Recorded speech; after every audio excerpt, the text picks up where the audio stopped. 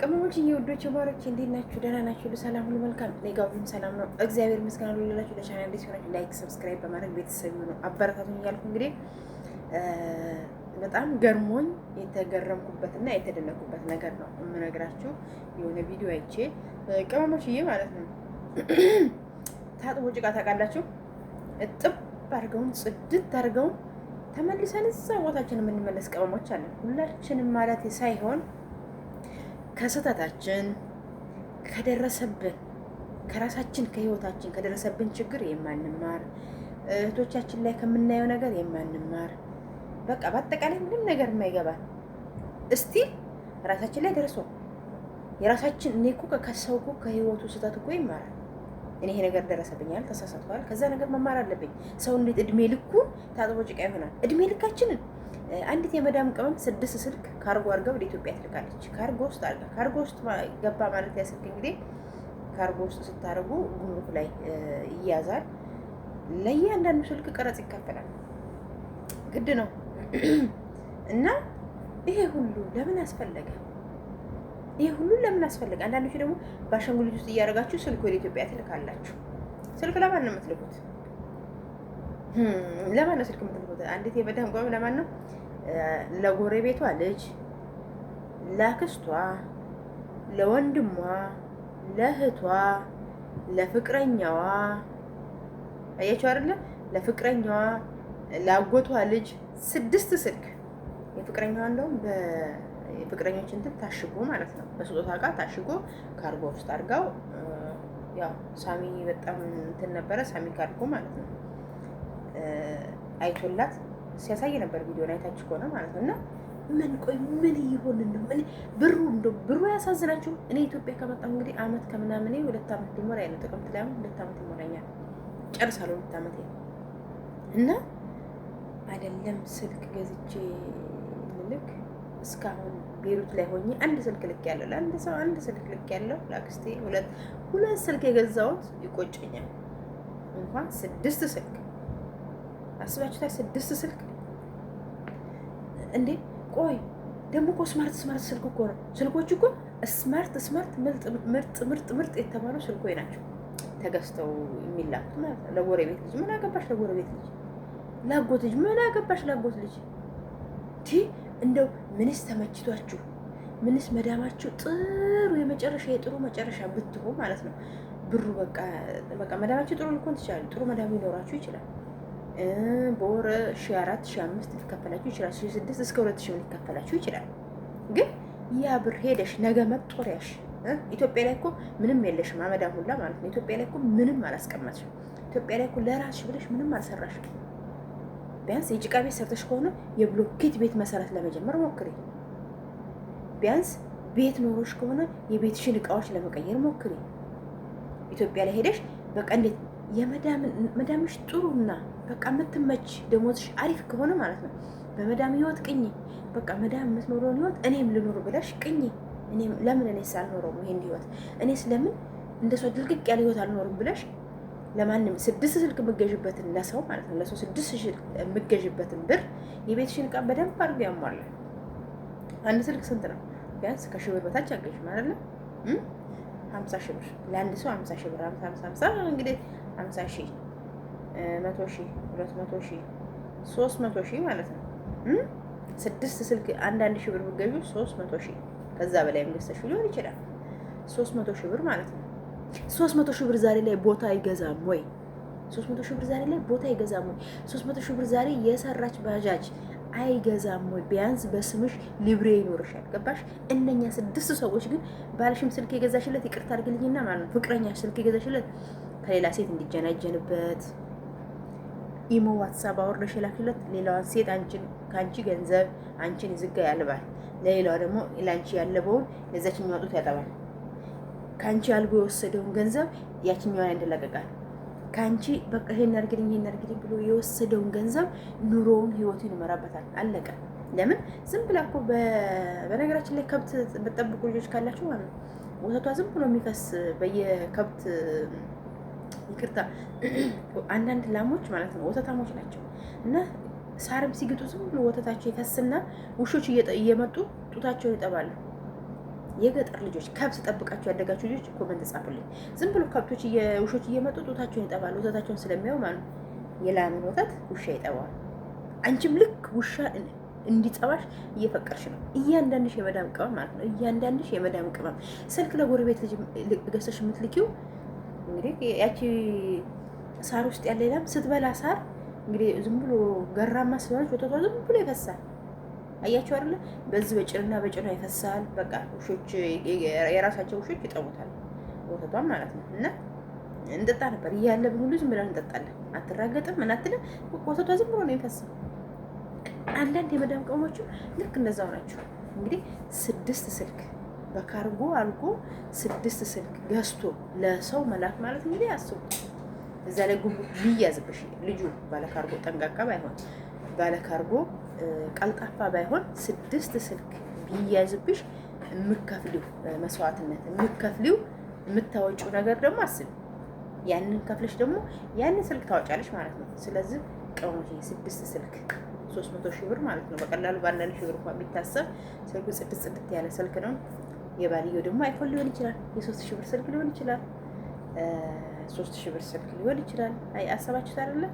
ወደ 400 ምናምን ሺህ ብር ማለት ነው። እና 400 500 ሺህ ብር ግማሽ ሚሊየን ብር እንዲህ ልቅቅ የምትሉ የመዳም ቅመሞች በቃ እንደዚህ በቃ ማንም ይብላው ብር የምትሉ የመዳም ቅመሞች ማለት ነው። መጨረሻችሁ አያምርም።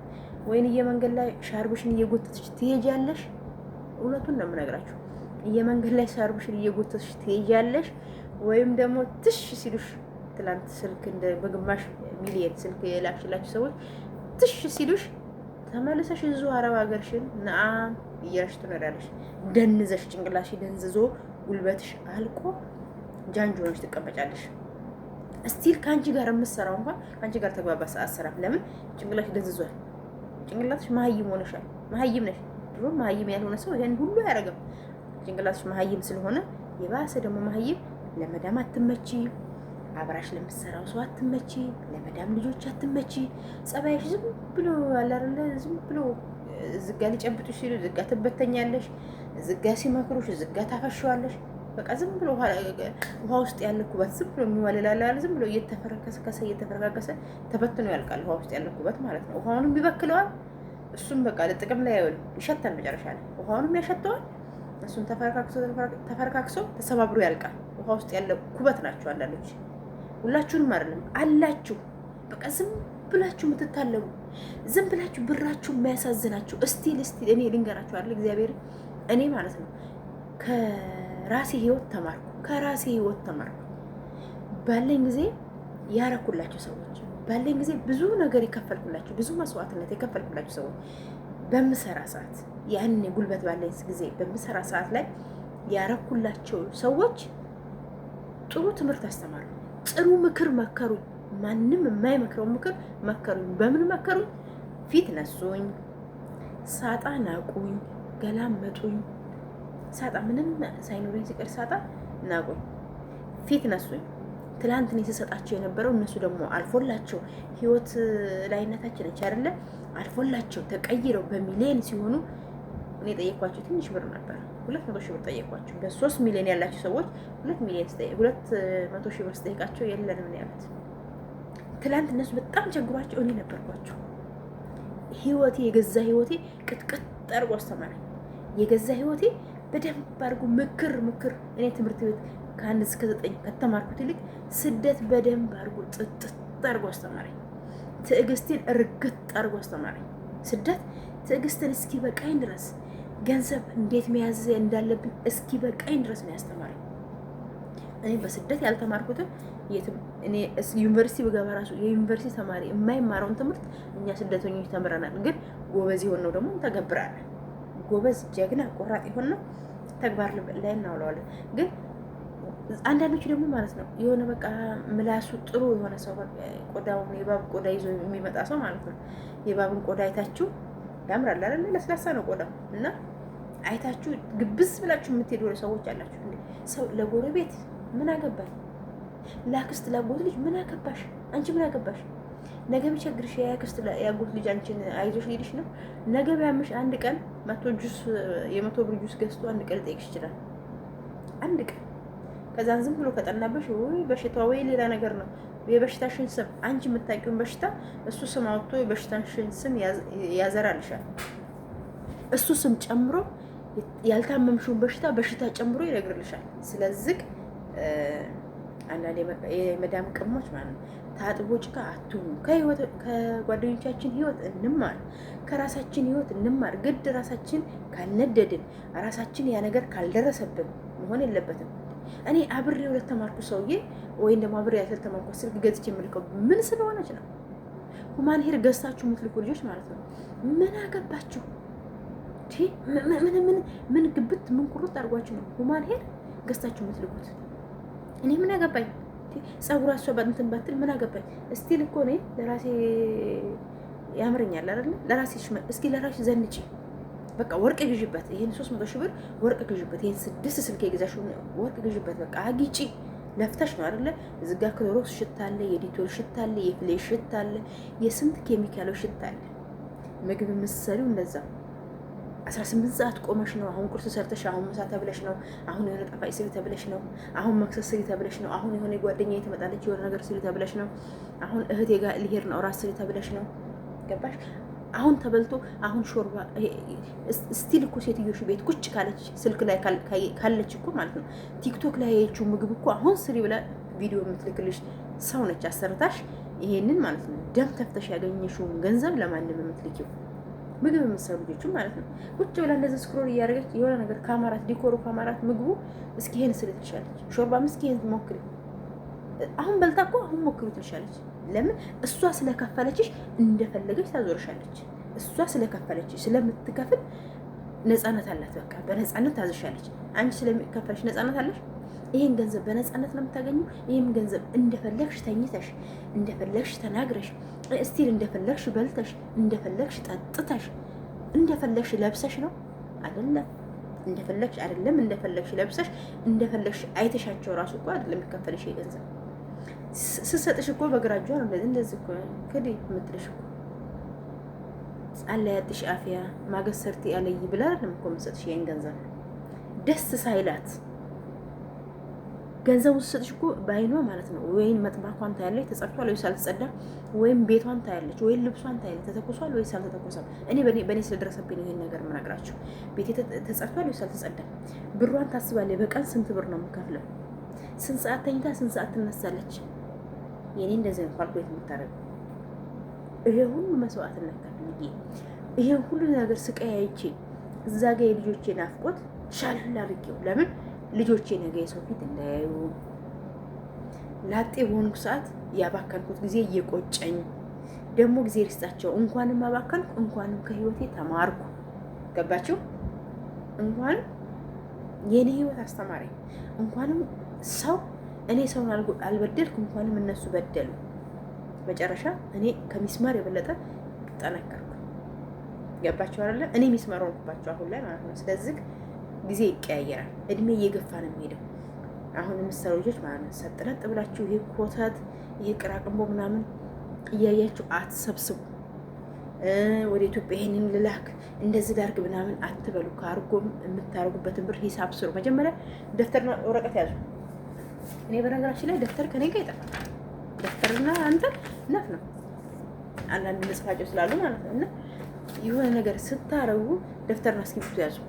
ካርጎ ስትልኩ እቃ ስትገዙ እስቲል ሼን ላይ ራሱ እቃ ስትጠልቡ ስንት ነው? ኢትዮጵያ ቢሄድ ይሄ ብር ስንት ነው? ገባችሁ? ኢትዮጵያ ቢሄድ ስንት ነው? ሻንጣ ቢበዛብኝ የሻንጣ ስንት ከፍላለሁ? እቃው የሚገዛውና የሻንጣውን የምትከፍሉትን ሂሳብ ስሩ። እናንተ በኪሏችሁ ልክ ሁለቴ ነው የምነግራችሁ። በኪሏችሁ ልክ ይዛችሁ ሄዳችሁ ለካርጎ የምታወጡበትን ብር አጠራቅማችሁ እቃ የምትገዙበትን ብር አጠራቅማችሁ በእጃችሁ ይዛችሁ አዲስ አበባ ገብታችሁ ማለት ነው እልል ያለውን በቃ እልል ያለውን ጽድት ያለውን እቃ መግዛታችሁም እንዴ ጽድት ያለውን ልብስ መግዛታችሁም እንዴ። ኢትዮጵያ እኮ ልብስ የሚለበሰው እኮ ኢትዮጵያ ነው። አረብ ሀገር አለው ልብስ የሚለበሰው ኢትዮጵያ ልብስ አለ። ኢትዮጵያ ሁሉም ነገር አለ። ስለዚህ ሀገራችሁ ገብታችሁ ትደርሱበታላችሁ። ሁሉም ነገር አርጉ። ገንዘባችሁን ያዙ። ወርቅ እየገዛችሁ አጊጡ። ወርቅ ግዙ። እንዴ አንቺ እኮ ወርቅ እኮ ነሽ እኮ እሳት ውስጥ እየተቃጠልሽ ኖረሽ እንደው ወርቅ እንዴት አያምርሽም? ወርቅ ልበሽ። ወርቅ ደግሞ ኦንላይን ላይ ሳይሆን ሄደሽ ከሴትዮሽ ጋር ሄደሽ መግዛት ፈልጋለሁ ግዥና አስቀምጪ። ምናልባት ስትለብሽ የማትወድም ልኮን ትችላለች። ገዝተሽ አስቀምጪ። ለቤተሰቦች ለእናቴ ምናምን ብለሽ እየወጣሽ ግዥና አስቀምጪ። ለልጆቼ ብለሽ ግዥና አስቀምጪ። 6-7 ስልክ እየገዛሽ ወደ ኢትዮጵያ ኢምፖርት የምታደርጊው ለእህቴ ነው። እህቴ ተማሪ ነች። ኢትዮጵያ ላይ እኮ ማለት ነው የመዳም ቅመም የማትይዘውን ስልክ ነው ኢትዮጵያኖች እየያዙ ያሉት። እስቲል የመዳም ቅመም እኛ የማንይዘውን ስልክ እየያዙ ነው። ስለዚህ ገንዘባችሁ ያዛዝናችሁ። ምናልባት ገንዘቡ ኢትዮጵያ ሲሄድ ቁጥሩ ብዙ ሊመስላችሁ ይችላል። አሁን 50-60 ሺህ ብር ሊመስላችሁ ይችላል። ይቺ 50-60 ሺህ ብር ምንም አታረግም፣ ግን ከተጠራቀመች ቦታ ትገዛለች፣ ባጃጅ ትገዛለች። ገባችሁ? ቦታ አሁን ህገ ወጥ ቦታዎች ወደ ህጋዊ እየሆኑ ነው የጨረቃ ቦታዎች። ስለዚህ እንግዲህ ይቺ ልጅ ሂሳብ ስሰራ እኮ ግማሽ ሚሊዮን ብር ልካለች ለ6 ስልክ 500 ሺህ ብር ማለት ነው። ያው እንግዲህ አይፎን ሊሆን ይችላል ያኛው የፍቅረኛዋን አላየንም፣ ግን እነኛ ምርጥ ሳምሰንጎች ናቸው። የአንዳንድ ሺህ ምናምን ብር ስልኮች ናቸው። ስለዚህ ይሄ ነገር ከሚሆን በስምሽ ያለ ነገር የሆነ ነገር አድርጊ። አለቀ። በስምሽ የሆነ ነገር አድርጊ እንጂ እስከ መቼ ድረስ ነው ለሰው? በቃ ሁሉ ጊዜ ለሰው። አንዳንዴም ነቃ በሉ። እግዚአብሔርን እንግዲህ ቪዲዮ ስላበዛባችሁ በጣም ይቅርታ። ለቻናል አዲስ የሆናችሁ ላይክ እና ሰብስክራይብ በማድረግ ቤተሰብ ይሁኑ። ከጠቀማችሁ ኮመንት ላይ ጻፉልኝ። ሁላችሁንም ወዳችኋለሁ። ቻው